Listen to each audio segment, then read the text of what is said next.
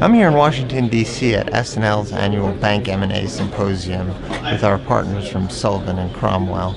We kicked things off this morning with Senator Richard Shelby's opening remarks, and we're just coming back from a panel by some investment bankers who really have a great bird's eye view of the space.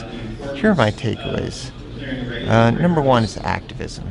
25% or so of recent M&A activity in the bank space has had some level of activist involvement. That number is just going to go up.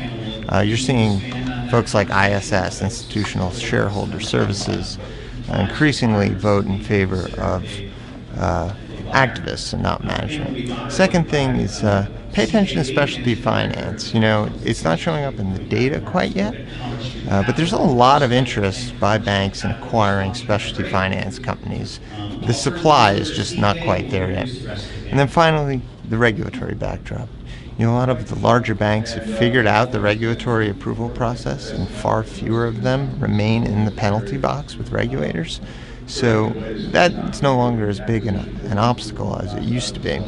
However, there's still a lot of Camel 3 banks out there, and that could affect things on the buy or sell side. Finally, I'll leave you with this thought.